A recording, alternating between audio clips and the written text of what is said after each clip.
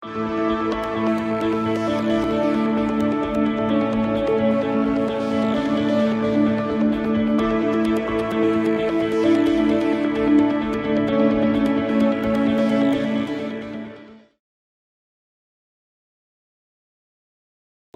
KTP-nya terkumpul, maju dari persorangan. Tapi kalau KTP tidak terkumpul, saya kan nggak punya sponsor juga. Saya kan nggak punya tempat konter-konter di mall-mall itu. Saya mau coba, tapi begitu satu mall saya tahu sekian juta satu minggu gini, wah saya yang bayar gitu. Saya bingung nih, relawan di mall-mall ini saya yang bayarin gitu ya. Itu kan gede itu. Saya nggak bisa kayak gitu dan emang nggak punya uang gitu untuk itu. Emang demokrasi seperti ini harus kelihatannya ya uang itu menjadi penting gitu loh. Ada relawan yang namanya Ramah, relawan muda di Aksa, tapi mereka kasihan ya orang-orang bekerja, anak muda yang kumpul dengan semampu mereka. Ya itulah yang saya lakukan gitu loh. Tapi saya tidak pernah membawa-bawa, atau lagi pramuka, saya nggak pernah bawa-bawa pramuka dalam kampanye. Cuma kebetulan waktu itu beberapa kali terus saya stop, saya baru sadar. Saya keluar dari istana, wartawan tanya soal bagaimana pilkada, saya masih pakai baju pramuka kan. Saya nggak sadar, saya ngomong gitu kan. Saya di Jambi, saya nggak sadar, saya ngomong. Waktunya sekarang, wah nih, nggak boleh nih, sekarang saya nggak mau lagi. Saya keluar kemana dari Kalimantan Timur, Kalimantan Utara, orang nanya, nanti dulu, saya pakai baju pramuka. Nggak boleh, nanya gini, gitu. Nggak ada masalah, jalan aja, life must go on kok. Ada pramuka, saya akan membina ini terus. Dan ini juga tanggung jawab saya berat loh, ini bayangin 22 juta anggota, anak muda semua. Kita sering bicara pemuda hari ini pemimpin masa datang, kita sering bicara bahwa generasi muda hari ini akan menjadi mengambil alih kekuasaan masa datang. Padahal kita lupa kepada keseharian yang disebut dengan proses. Proses bagaimana dia menjadi pemimpin yang akan datang. Nah, pramuka ini adalah bagian dari proses. Dan dipertajam proses itu melalui program yang kita buat dengan Kak Lukman, dengan yang lain-lain.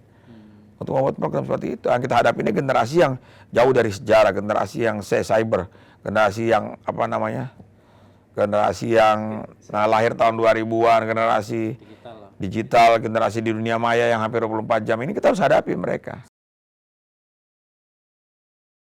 Harus dong, nggak mikir lah soal DKI. Saya kalau jadi kalau nggak juga nggak ada masalah. Saya nggak mikir lagi. Nothing tulus saya.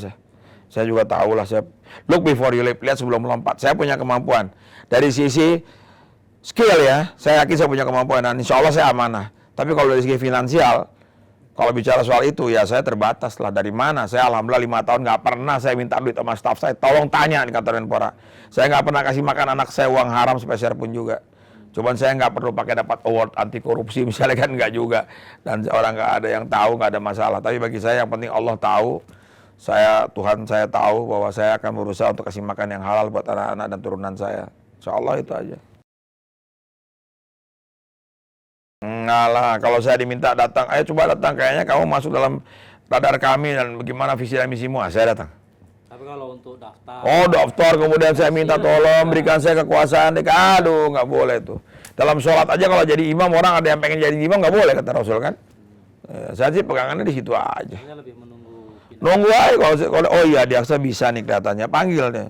Di Aksa kamu punya visi, oke, bagaimana kalau kamu saya calonkan ini? Gimana visi misimu? Ya Pak, gini kita jelaskan gitu. Sudah ada partai yang seperti ini?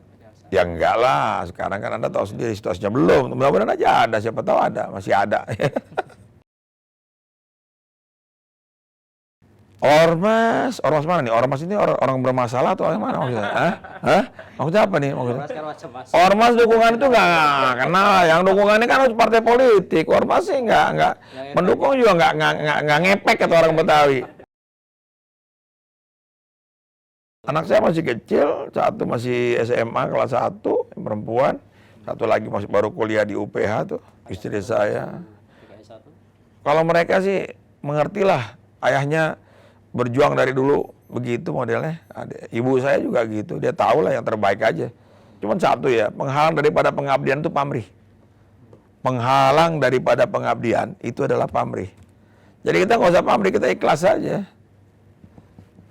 Kalau bahasa agamanya wa khalisin niyata fa inna raqiba syahidah. Ikhlas karena lihat Allah sebagai saksi. Udah saya ikhlasin niatnya. Kalau memang orang mau manusia berusaha juga, kalau jungkir balik daftar kiri kanan semua keluar duit banyak, kalau Allah bilang nggak jadi juga. Tapi biar saya diam-diam begini, kalau bilang jadi, ditiup satu huruf orang, suruh bergerakan panggil tuh si kumis satu, cuma jadi kayak jadi kan. Nah, makanya hubungan vertikal kepada Tuhan itu jangan lepas.